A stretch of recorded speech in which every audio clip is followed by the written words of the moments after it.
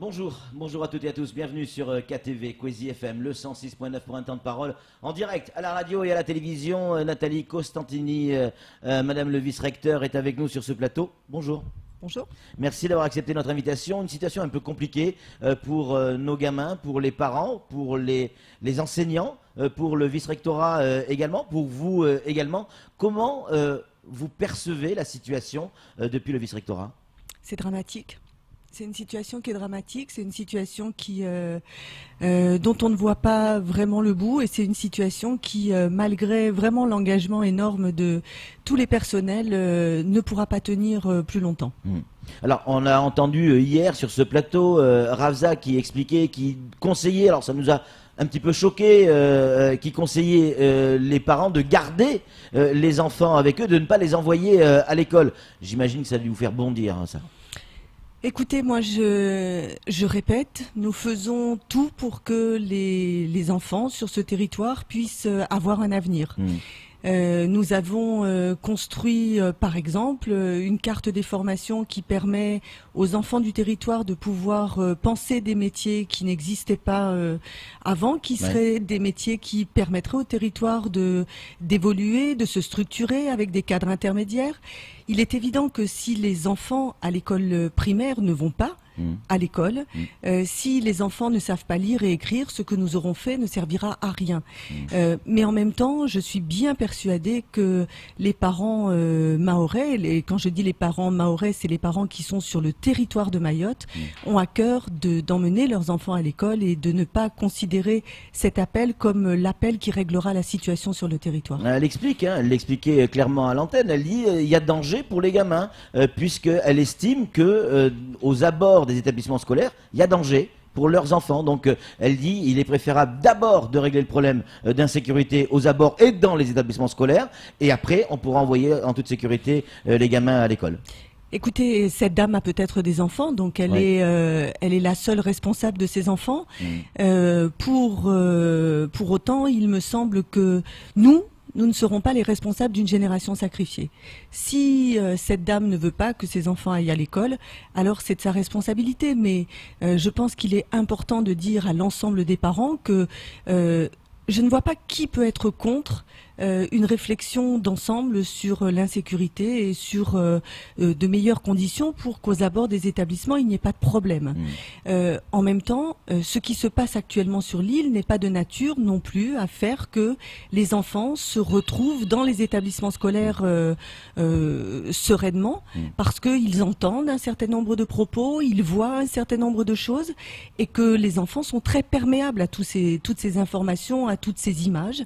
Et donc, il faudra pas dire que les problèmes de violence aux abords des établissements, les bagarres à l'intérieur des établissements sont le fruit du hasard. Je crois qu'il nous faut travailler tous ensemble, encore une fois, pour que nous puissions faire comprendre aux enfants quel est le sens des choses. On peut leur parler, hein. Je crois qu'ils ont besoin de comprendre aussi ce qui se fait, et sans qu'il y ait de jugement négatif, on peut expliquer qu'effectivement il y a besoin de traiter des sujets comme l'insécurité, comme les problématiques économiques. Je pense que un certain nombre de nos jeunes étudiants, futurs bacheliers peut-être, sont capables de comprendre les choses. En revanche, il y a des méthodes qui sont peut-être difficiles à comprendre pour les jeunes, et je pense que nous, notre travail, c'est d'assurer la formation de ces jeunes. Il n'y a pas, ça fait 4 ans que je suis sur le territoire, il n'y a pas une année qui se soit passée à temps plein scolaire. On nous reprochera après, j'entendais hier cette dame dire que les résultats étaient en baisse. D'abord, on lui prêtera les chiffres si elle veut, pour avoir des chiffres vraiment pour savoir de quoi il retourne. Mais en attendant, par exemple sur l'illettrisme, nous avions 79% de jeunes qui, lors des JDC, étaient testés en grande difficulté de lecture. Nous, les derniers chiffres, c'est 58%. Alors c'est encore énorme, mais c'est un pas colossal. Si maintenant les enfants ne vont pas à l'école depuis la maternelle jusqu'au niveau du baccalauréat, il n'y a aucune chance pour que ça marche. Est-ce qu'on est en échec dans la politique que l'on mène ici à Mayotte au niveau de l'éducation nationale? Ça fonctionne pas. Alors, il y a des bonnes volontés, très bien, mais ça ne marche pas. Je ne dirais pas ça. Non, ce n'est pas ça, ne marche pas. Vous avez, comme dans toute académie, des enfants qui réussissent et d'autres qui ne réussissent pas. Je voudrais rappeler, mettons les enfants, donnons aux enfants leur temps scolaire. Et on verra ce qu'il en est. Nous n'avons pas une année scolaire qui n'obère pas d'au moins un mois le temps scolaire pour ces jeunes. Nathalie Costantini, on a depuis bientôt 2 mois des gamins qui vont pas à l'école. Et ce, quelle que soit la classe. Hein. Ça va de l'école maternelle jusqu'à l'université. Parmi ces gamins-là, il y en a qui vont passer le bac, normalement, à la fin de l'année. Est-ce qu'on va être un peu plus indulgent? Est-ce qu'on va pouvoir... Est-ce que ceux qui vont corriger, ceux qui vont noter, vont pouvoir être un peu plus indulgents parce que ceux qui passent le bac, eux, ils y sont pour rien dans cette histoire. C'est exactement ce qu'on voudrait dire justement à ces personnes qui bloquent et qui font ce type de message. Les enfants n'y sont pour rien. Traitons entre adultes les problématiques d'adultes et laissons les enfants se permettre d'avoir un avenir. Vous m'interrogez sur le baccalauréat. Le baccalauréat est un examen national. Quand bien même il y aurait un regard qui est toujours le même, qui est un regard bienveillant avec le livret scolaire, qui est un élément aussi indispensable au niveau du baccalauréat, quand bien même, si vous n'avez pas traité une partie du programme conséquente, vous ne serez pas en capacité de traiter le sujet. Donc si vous avez une feuille blanche, pour être indulgent sur une feuille blanche, c'est une feuille blanche. Bon, on risque d'avoir cette année un gros taux d'échec. Mais c'est ça qui est dramatique. C'est pour ça que vraiment c'est un appel que je fais à tout le monde. Il est essentiel que l'année scolaire reprenne et que nous puissions aider autant que faire se peut les jeunes à passer leurs examens. Un message qui arrive là certainement d'un parent d'élève. Hein. Merci de demander à Madame le vice-recteur comment faire concrètement pour rattraper ces 3 semaines. C'est un enseignant du secondaire qui vous pose la question. Comment faire on n'a pas 36 solutions. Qu'est-ce qu'on va dire? On va dire que pour être sûr, parce que à Mayotte, on perd systématiquement un mois, on va ne plus avoir de vacances d'été. On va travailler juillet et août pour pouvoir rattraper, pour s'assurer que l'année scolaire pourra être faite. Non, là maintenant, ce qui est clair, c'est que il faut impérativement que tous les jeunes retournent à l'école, que le temps scolaire soit le plus important possible. Nous ferons tout pendant les vacances, la semaine de vacances de mai, pour assurer, vous savez... Des séances de rattrapage en quelque sorte. Oui, mais aux vacances de février, il y avait dans énormément d'établissements du territoire l'école ouverte. L'école ouverte, je donne un exemple sur l'abattoir, c'était 450 enfants qui étaient concernés.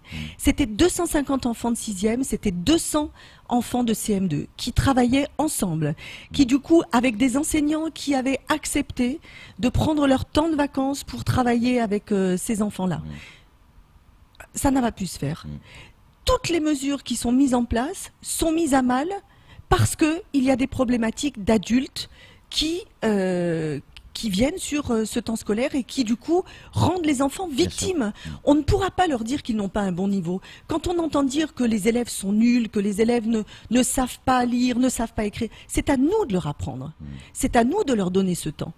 Donc là, moi, je voudrais juste préciser que j'ai vraiment été très touchée par l'engagement des personnels, et je parle là des enseignants, mais je pourrais aussi parler des personnels, du vice-rectorat, des agents qui sont venus parce que tous les jours, nos gamins viennent dans les établissements scolaires. Alors, il reste 2 collèges où il n'y a 0 élève. Il reste 5 lycées dans lesquels il n'y a pas d'élèves. Et ça, c'est dramatique. Il y a 124 écoles qui sont ouvertes, mais nous n'avons actuellement que 4000 élèves sur les 55 000 du premier degré. Donc, il ne faudra pas, moi, ces chiffres me rendent malade. Il ne faudra pas dire que l'éducation nationale n'a pas fait ci, l'éducation nationale n'a pas fait ça. Moi, je demande aux parents d'amener leurs enfants à l'école pour que les enfants soient mis en dehors de la problématique. Ça ne veut pas dire, je ne juge absolument pas le mouvement, je ne me permets pas de me positionner par rapport à ça. En revanche, il est très clair qu'il faut dissocier la problématique des adultes de la problématique des enfants. Parlons un tout petit peu d'avenir, parce que c'est aussi ça qui nous inquiète tous. Ça va être des problèmes en cascade, en chaîne, entre ceux qui vont être obligés de redoubler parce que pas le niveau, ceux qui ne peuvent pas finir leurs grandes études à l'université. À un moment donné, ça va bloquer pire que maintenant, parce qu'aujourd'hui, on dit oui, la situation est dramatique, elle est grave, mais peut-être que dès l'année prochaine, ça va être pire encore. Absolument. Comment on va gérer ça ? Alors, la problématique est entière, hein, puisque, en effet, nous avons les jeunes. Alors, là aussi, mine de rien, l'inscription d'un Parcoursup, la nouvelle modalité d'inscription pour l'enseignement supérieur, a pu être mis en œuvre. Et donc, tous les jeunes, 95% des jeunes, donc il y a toujours un pourcentage de gens qui n'ont peut-être pas, qui ne se sont pas inscrits volontairement, mais 95% de nos jeunes ont au moins fait un vœu se sont inscrits sur Parcoursup, et 88% d'entre eux ont au moins fait un vœu. Donc ça veut dire que ces jeunes ont envie de faire un certain nombre de choses. Il est évident que si à l'université les jeunes redoublent, il n'y aura pas de place pour les sortants. Ce qui veut dire que les jeunes qui seront ici auront eu leur bac, mais ne pourront pas avoir de place à l'université. Puisqu'il y a une loi qui impose à l'université d'accepter le redoublement, d'autoriser le redoublement. Donc si vous avez 100% de doublants, il n'y aura aucune place. Alors que le CUFR a augmenté de 80 places son nombre de places possibles à l'université, et que nous avons augmenté de 120 places notre nombre de places dans les BTS. Mais voilà, tout est mis en place pour que nous puissions réussir. Maintenant, c'est évident que si les jeunes ne sont pas là, leur niveau ne leur permettra pas de réussir. Certainement quelqu'un qui vous aime beaucoup.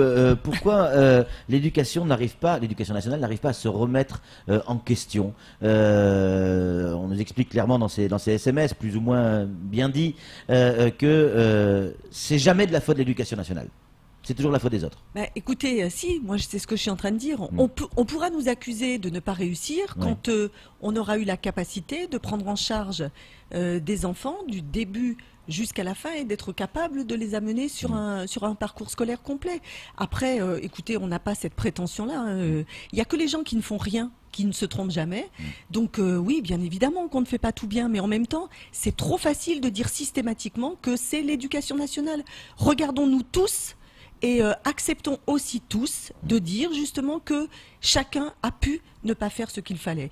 Et après, moi, on dira que c'est l'éducation nationale. Qu'est-ce que ça aura changé ? Oui, c'est clair.